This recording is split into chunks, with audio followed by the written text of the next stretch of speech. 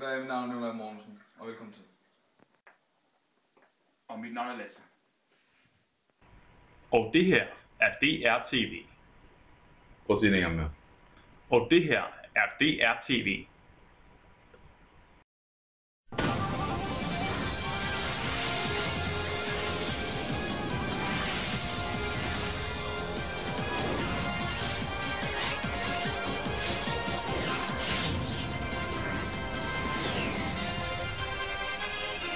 Og velkommen til.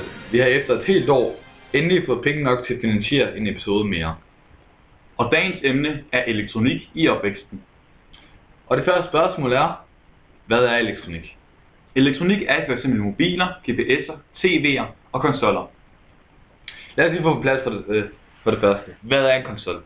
En konsol er et spil eller en form af en spillemaskine. For eksempel en Wii, Playstation, computer, måske med mere. Jeg har fundet en spændende hjemmeside, som der viser nogle interessante tal, som vi kan se efter filmen. Vi har været ude og interviewe små børn på Asgård, mindre skole, bredere. Og nu skal vi lige høre, hvad de har at sige om deres meninger. Se med her. Jeg står lige nu ude foran Asgård, hvor jeg skal til over og interviewe de små børn. Er nogen af jer, der har en konsol, altså en Wii, eller en computer, eller en Nintendo, eller en Xbox, eller... Jeg har ikke Xbox, men... Okay, det tager jeg også. Ja, vi har på Playstation. Jeg har en Wii og Har du noget? en Playstation. Har du en Nintendo? Ja. Okay. En Wii.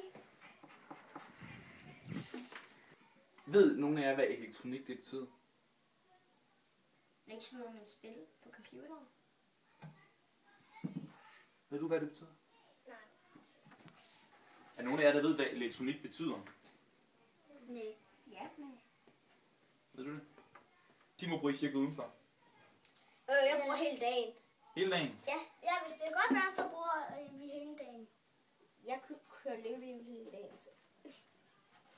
Okay. Er nogen af jer, der har en mobiltelefon? Nej. Har du en mobil? Ja. Okay. Har du en mobil? Ja. Okay. Det var så interviewsene. Her har jeg nogle statistikker, som der viser, hvad børnene har svaret på. Se med her.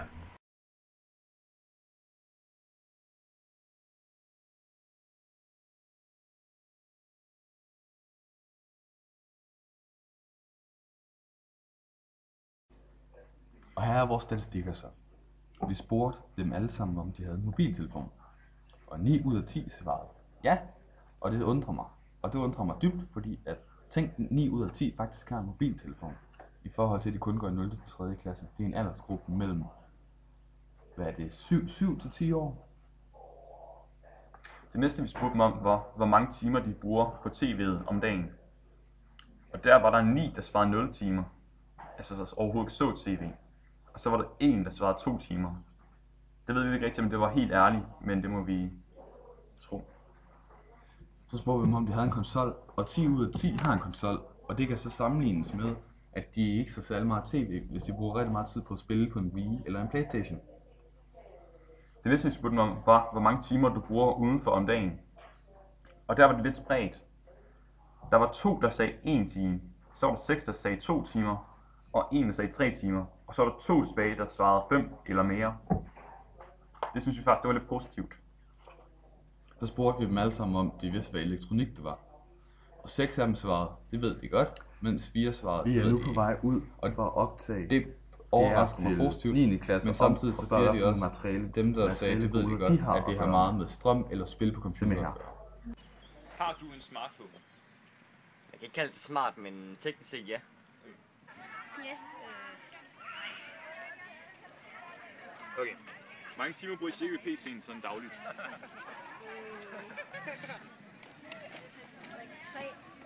3.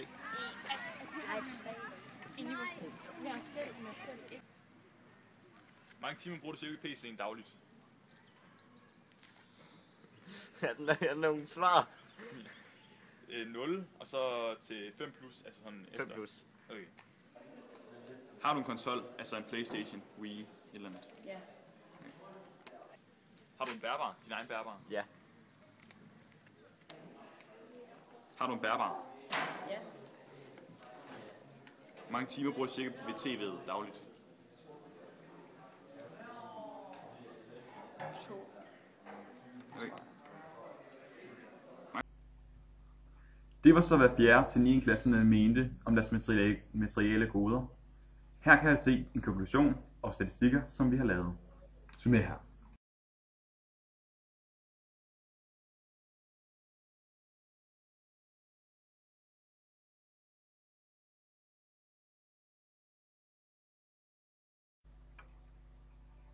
Efter at have været ude og snakke med 4. til 9. klasserne om, hvad det er for en slags materielle goder, de har, er jo kommet frem til det her. Første spørgsmål var, om vi spurgte, om de havde en smartphone.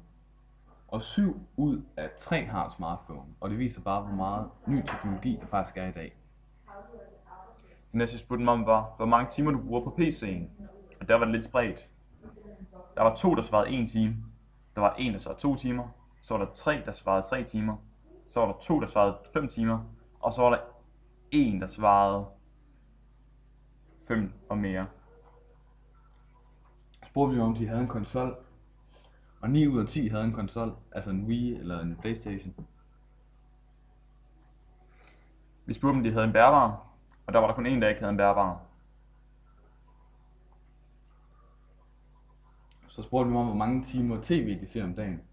Og den er meget anderledes end den, vi havde fra 0 til 3. klasserne. Og her siger det nemlig, at der er en, der ser 0 timer.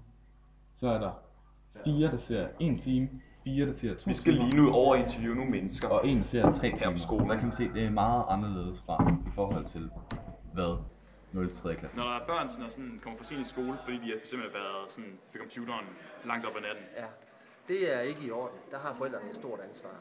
Der må man sige, at så længe man er et barn, så er det forældrene, der skal bestemme, hvornår man skal passe sin sengetid og sådan ting. Så hvis jeg oplever det, så vil jeg kontakte de pågældende forældre og sige, at det er ikke i orden. Man skal have sin søvn, det er vigtigt. Ja.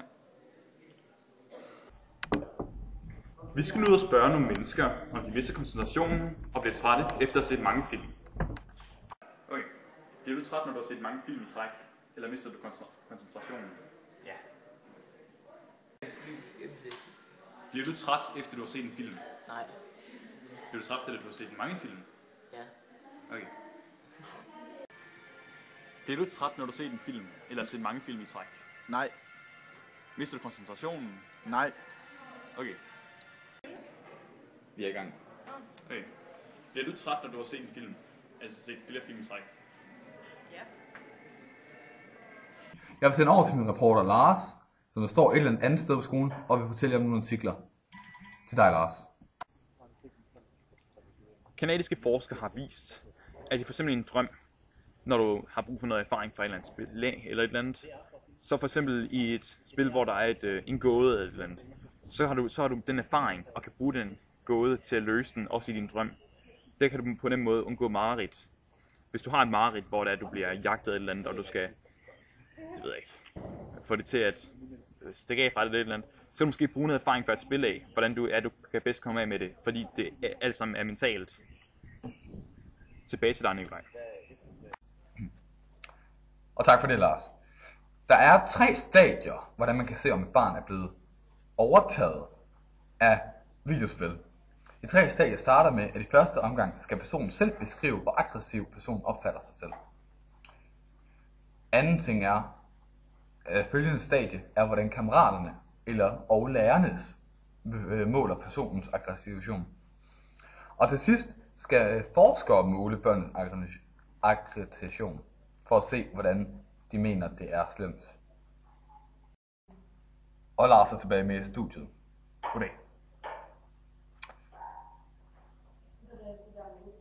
Vi skal ud og interviewe nogle folk, eller rettere talt forældre og børn, om de kan mærkes, at de bliver påvirket af computerspil og tv. Så vil vi spørge forældrene om hvorvidt, om de ved, at deres børn bliver påvirket af computerspillene. Se med her.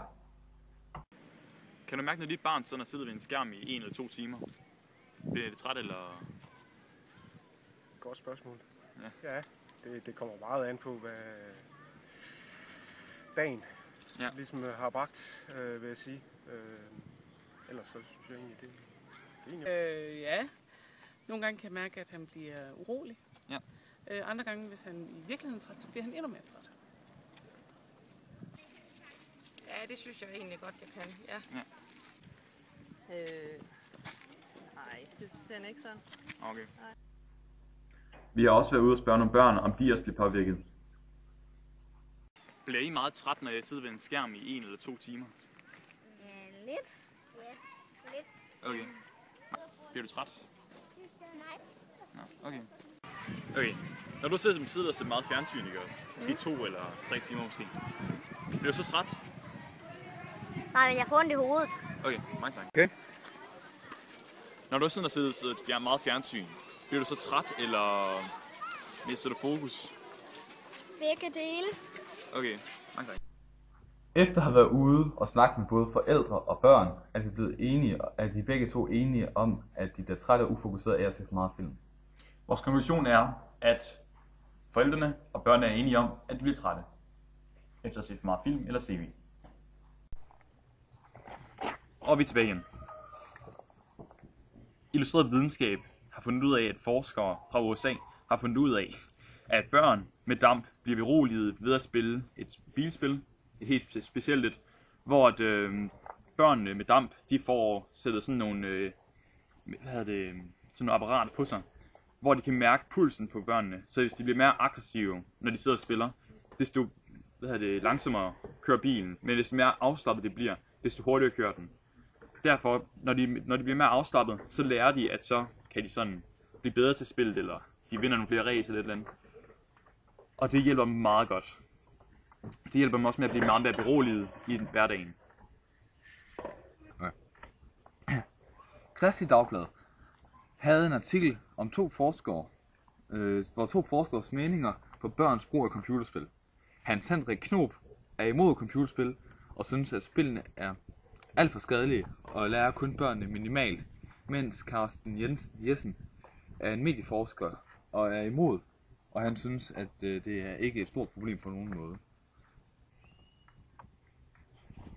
DR har lavet en artikel om 3D-effekten ødelægger synet. Firmaerne Nintendo, som udgav den nye 3DS, Sony, som udgav PlayStation 3'eren med 3D-funktioner, og Toshiba, som udgav den nye 3D-fjernsyn. Disse firmaer advarer selv om deres 3D-effekter, fordi de kan beskadige synet. Tilbage til studiet. Tak, Lars, og tilbage til dig. Vi har lavet nogle personlige meninger om computerspil. Vi starter med sådan de voldelige spil, som der siges at gøre børn aggressive. For eksempel sådan noget som Mortal Kombat og Tekken, sådan der er meget kampagtige spil. Vi synes, altså der er sådan på en måde 2 grupper for det. Enten så kan du tage det som sådan et, der gør dig meget aggressiv ved at sidde og spille det, eller også kan du faktisk være stresset af, altså virkelig sådan komme af med dine frustrationer. Der er også spil som Counter-Strike eller Modern Warfare, der kan hjælpe dig med, hvis du nu har et præsentation måde, du skal øve dig på. For eksempel, hvis du går til skydning, så kan du øve dig mere inden for at spille den slags spil, der vil gøre, at du bliver bedre til det. For eksempel i mentalt, hvor du sådan tænker, jeg skal klare den her udfordring, enten i drømme eller måske i virkeligheden eller et eller andet. Så kan den erfaring, du har for at spille af, måske hjælpe dig. Og det vil gøre godt, hvis det nu er sådan, du faktisk kommer til en udfordring en gang, der er meget hård mentalt, men du ved, du har prøvet en gang i et computerspil. For eksempel at køre race. Hvis du bliver racerkører. Det var alt, hvad vi havde for den her episode. Vi ses næste gang, der kommer det her tv-episode. Så hold øje med vores kanal. Husk at subscribe. Mange tak. Vi ses. Af computerspillene. Giv dig godt og hold jeres kæft! Nikolaj er netop lige gået ud i slagmarken for at Hvad skal det opstille?